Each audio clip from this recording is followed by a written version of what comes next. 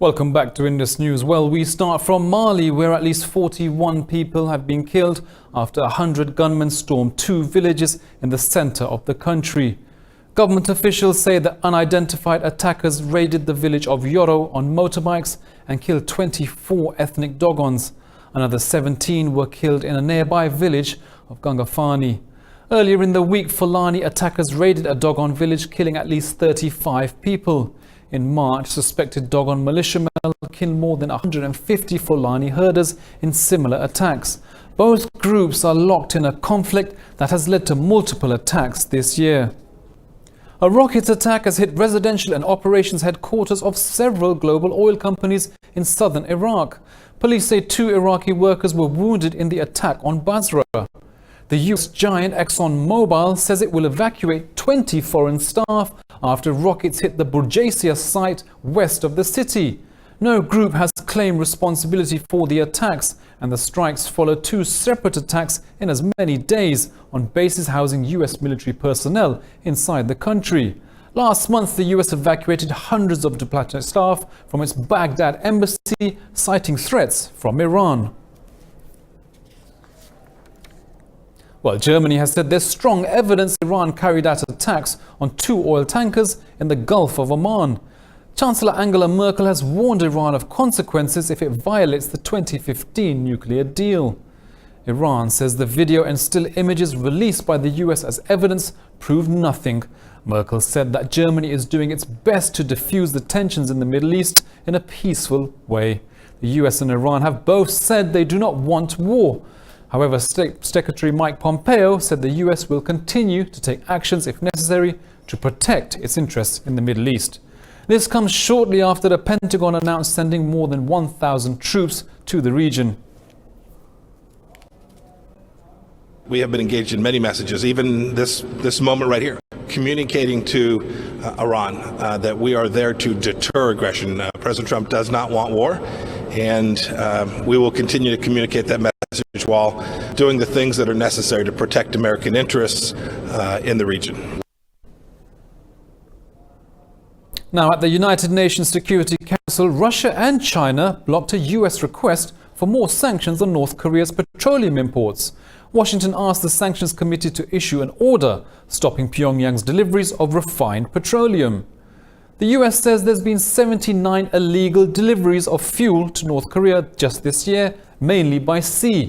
The US accuses Pyongyang of breaching an annual UN cap of 500,000 barrels imposed in 2017. Russia and China rejected the US bid, saying Pyongyang's imports are in line with the Security Council resolutions.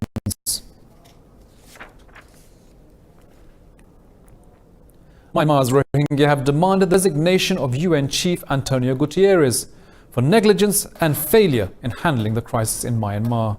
A UN report found systematic failure in its handling of the Myanmar situation before the Rohingyas' mass exodus just 2 years ago. It says the UN lacked a unified strategy and Security Council support to handle the situation. The report does not pin responsibility for any failure on any single person. Libyan government forces have destroyed arms and ammunition supplies for rebel commander Khalifa Haftar's forces. The government of National Accord launched the attacks near Gairan, south of Tripoli. The air raids targeted an incoming munitions convoy heading for the front south of Tripoli. The Libyan parliament in Tripoli has unanimously voted to remove the position of Army General Commander. The spokesman for the House of Representatives says all members who attended the session agreed to scrap the post created in 2015.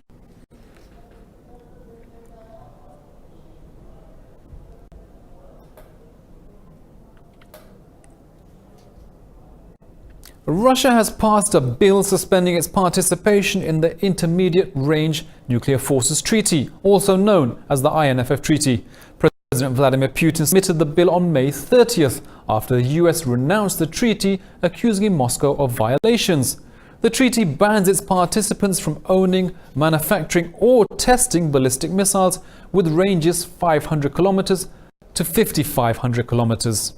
The bill has to be endorsed by the Federation Council, the upper house of Parliament, and then signed into law by President Putin himself. The bill passed by the Russian State Duma empowers the president to renew the treaty. Linoy Slutsky said the US is exploiting the myth of the Russian threat as an excuse for moving its weapons. Putin on February 2nd declared Moscow was suspending its participation in the agreement, mirroring the United States pulling out of the deal too. He issued orders to refrain from initiating negotiations with Washington on this issue. This comes a day after Washington and Moscow accused each other of resuming full-fledged uranium enrichment.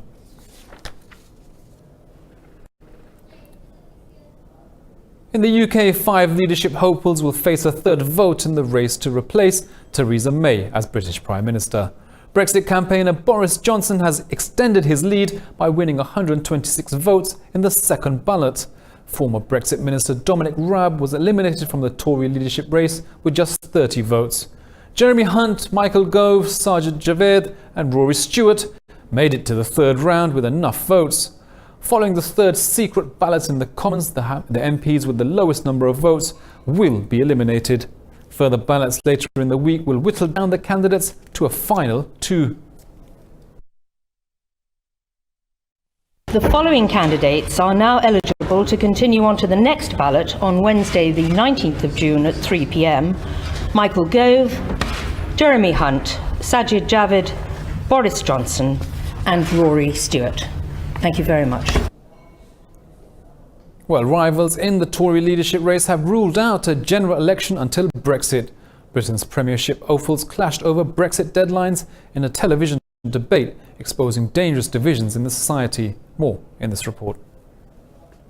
Following Boris Johnson's lead in the second ballot, leadership rivals came face-to-face in a live TV debate. 5 men vying to be the UK's next Prime Minister ruled out a general election until Brexit was resolved. Contestants debated over leaving the EU by the October 31st deadline with or without a deal. Johnson repeated his pledge that he would take Britain out of the EU by October 31st. He stressed at preparing for a no-deal exit and concentrating on winning a new trade deal. We must come out on the 31st of October, but otherwise I'm afraid we face a catastrophic loss of confidence in politics. We've already kicked the can down the road twice. Advocating his stance to follow the Brexit deadline, Sajid Javid said it focused minds. If you don't have a deadline, you do not concentrate minds, and that also includes the minds of our European friends. So we have to set the date. Michael Gove and Jeremy Hunt said that extra time might be needed for an orderly exit. If there was a prospect, if we were nearly there, then I would take a bit longer, because the Conservative Party is the party of business, we're the part of the union, we're the party of hope. Look, if we're almost there on October the 30th, and we just need an extra couple of days to do it, who could object to taking an extra 24 or 48 hours to get it over the line? Rory Stewart, however, accused his colleagues of lacking realism. If you tried to negotiate a new deal with the European Union, we'd be stuck in the European Union for months and years to come. It wouldn't be that they would be just a few weeks off getting it done on October 31st. They would hardly have begun. Brexit has so far been the bone of contention for 2 UK prime ministers who resigned over it. Well, US President Donald Trump has formally launched his 2020 re-election campaign. He began his campaign at a gathering of 20,000 of his supporters in Orlando, in Florida. During his 80-minute speech, Trump restated the key themes of his 2016 campaign. He pledged to continue a crackdown against illegal immigration, and Trump also lashed out at Democrats in typical Trump fashion. He accused them of trying to tear the country apart and said he would oversee cures for cancer and AIDS and pave the way to send US astronauts to Mars. Trump encouraged the crowd to boo journalists covering the event, calling them fake news. Early polls placed Trump behind some potential Democratic challengers.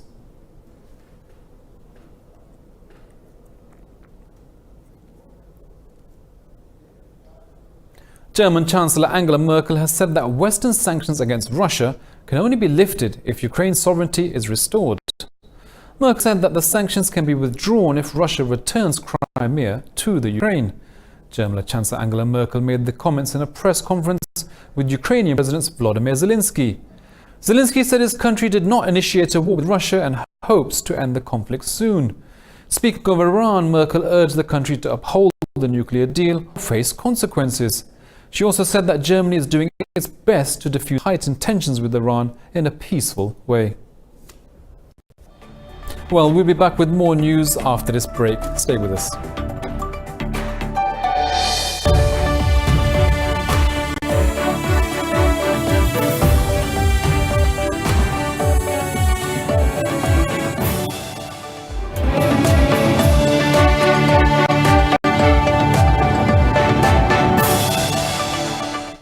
Welcome back to Indus News. Well, Hong Kong's chief executive Carrie has refused to step down or to retract a controversial extradition bill. The proposed law would allow people to be extradited to mainland China to stand trial. Some 2 million people marched on Sunday to demand her resignation and call for the bill to be scrapped. Lam indefinitely suspended the bill after the city saw massive rallies last week, but that failed to quell public anger.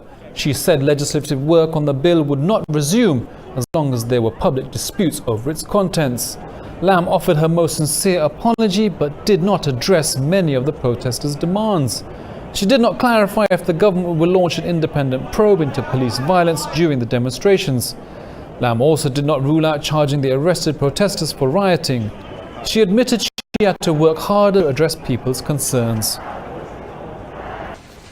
The concerns over the past few months have been caused by deficiencies in the work of the SAR government over the amendment exercise. I personally had to shoulder much of the responsibility. This has led to controversies, disputes, and anxieties in society. For this, I offer my most sincere apology to all people of Hong Kong. Well, 10 more children have died because of brain fever in India. The total death toll now stands at 113. There were angry protests in Bihar as the Indian government continues to struggle to tackle an encephalitis outbreak. 60 children, mostly under the age of 10, are undergoing treatment in the eastern state of Muzaffarpur's district. Hospitals continue to receive fresh cases. On Tuesday, people gathered outside the district's main hospital and accused the authorities of acting too slowly. Brain fever breakouts in India typically coincide with lychee season. Well, ethnic violence has hit the Ebola fight hard in northeastern Democratic Republic of Congo. The violence has forced millions to flee, making it tough to trace and treat Ebola patients. Indus News has this report. Ethnic clashes between farming and herding communities have killed at least 161 people in Congo's northeastern province. More than 300,000 people have left their homes in the area since early June. The United Nations warns that the ongoing Ebola fight will complicate if the escalation engulfs the entire province. As the displacement continues at this massive scale, fears are more people will try to seek safety in Uganda crossing Lake Albert. So far, the numbers that we have seen are really small, but it could pick up with around or more than 300,000 people now fleeing within the last 2 weeks. Congo government is trying to bring the intense situation under control. The Ebola epidemic spread to Uganda last week, with people fleeing. Fears are high that the treatment process will receive a hard blow. The mobility of the population in North Kivu and in Tory is a risk factor. So every time you have people moving in high numbers, it's more complicated to do the work on follow-ups, contact tracing, follow-up on people who are supposed basically to be observed for on a daily basis for 21 days. An Ebola epidemic in Congo has caused 2,168 infections since August last year, including 1,449 deaths. In 2017, Zambia had an infant mortality rate of just 41 per 1,000 live births. The country is now trying to tackle that problem on an emergency basis. More in this report. Women's health is a major issue in Zambia. The problem has wide-ranging effects on entire families. According to UNICEF, only 16% of Zambian women have their first postnatal checkup within 2 days of giving birth. We have to make sure that the woman has good nutrition, the woman's health is generally okay before she gets pregnant. And when she gets pregnant, we have to ensure that they come to be checked or to book for antenatal early, at least within the first 14 weeks of pregnancy, so that in case there are any complications or any pending complications which are found or detected during the antenatal. In May, Zambian President Edgar Lungu declared a maternal and prematernal national healthcare emergency. The initiative is being spearheaded by the Safe Motherhood Alliance. The healthcare action groups focus on providing women with the disposable delivery kits and training them for pregnancy and childcare. Under Safe Motherhood, we have what we call the Safe Motherhood action groups, who I think when you talk to the other staff, they will talk more about that. But this is a team of mothers we train through the district teams to have a knowledge of what are the major aid danger signs. UNICEF data states Zambia had an infant mortality rate of 41 per 1,000 in 2017. According to the Safe Motherhood Alliance's own data, the rate is as high as 70 per 1,000. I came for antenatal. After I came, they asked me some questions which I answered. That is how they told me that I have twins. When I went back home, I announced the good news and my husband with everyone was happy because I am the first one to have twins in my family. Training community birth attendants in rural areas has proven to be highly useful. In some areas, the practice has reduced neonatal deaths by 50%. Now, overcrowding in Africa's prisons has always been an issue, and Zimbabwe's jails were built to hold 14,000 prisoners. Today, they hold over 20,000. More in this report. The Chikurubi maximum security prison in Harare is falling apart. The penitentiary is running short on basics like food, bedding and medicines. The inmate population is beyond capacity and cells are infested with lice and other vermin. This morning, we had a total of 2,508 inmates against a holding capacity of 1,360. Even basic painkillers and antibiotics are barely available. The prison doesn't even have a functional X-ray machine. As a result, prisoners die of preventable conditions. We have drug shortages to treat their conditions. They suffer from different types of conditions. It is a similar story in the country's other 46 prisons. They were originally built to incarcerate 14,000 people. Today they hold several.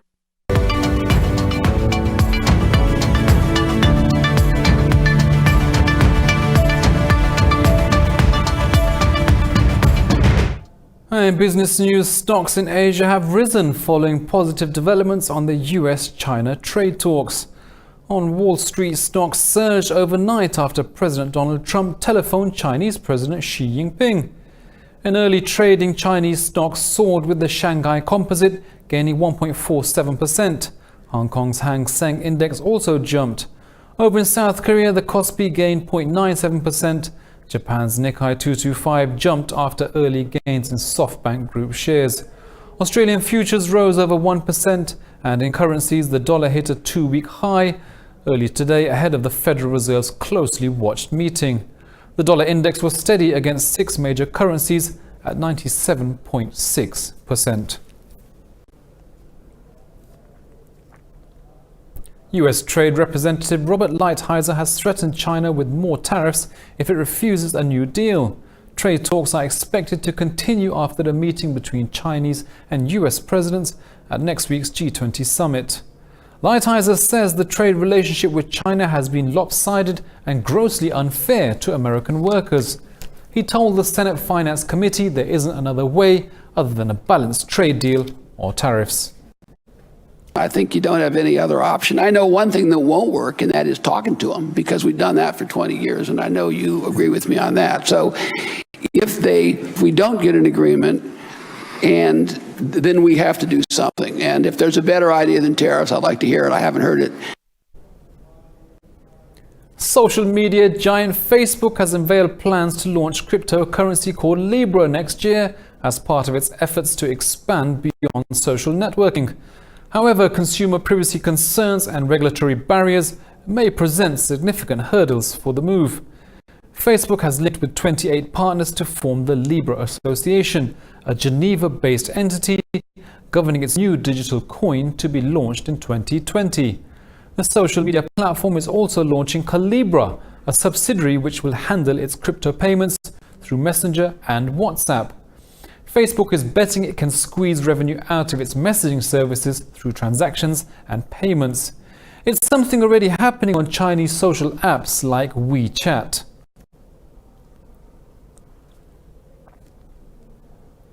Now, the 7th Global 5G event has opened in Valencia. 70 5G companies from around the world are participating in the exhibition.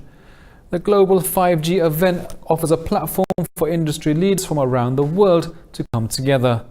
Participants can engage in debates around 5G standards, trials and deployment.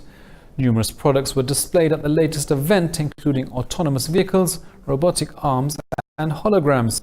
Most products were operating on a 5G SA network provided by Chinese telecommunications company ZTE. Cooperating with Huawei, Vodafone Spain launched 5G in 15 Spanish cities on Saturday.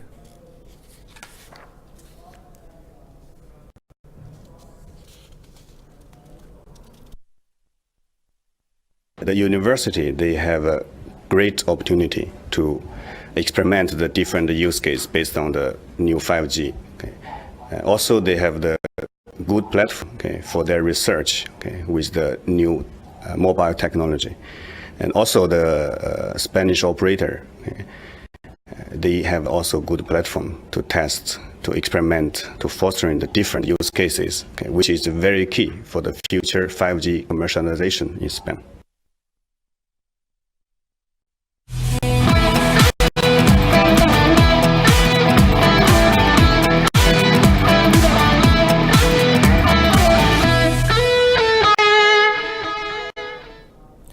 In the Cricket World Cup, New Zealand and South Africa are set to face each other today. The match will begin at 9:30 GMT at the Edgbaston Ground in Birmingham. New Zealand have played 4 matches without loss so far. South Africa played 5 games and clinched only 1 victory. The Black Caps stand at 3rd and the Proteas are at 8th position on the table. Defeat will knock South Africa out of the World Cup.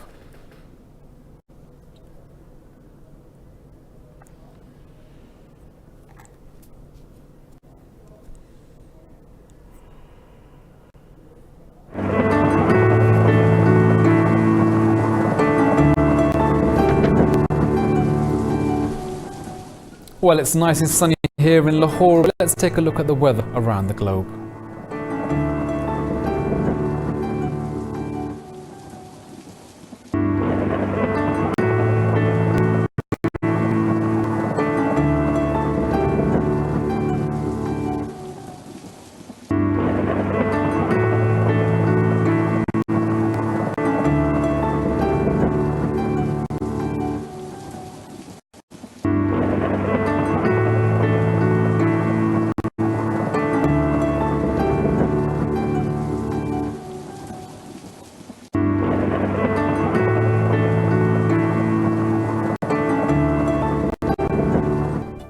Well, that's all for now, but do stay tuned to Indus News for further updates throughout the day.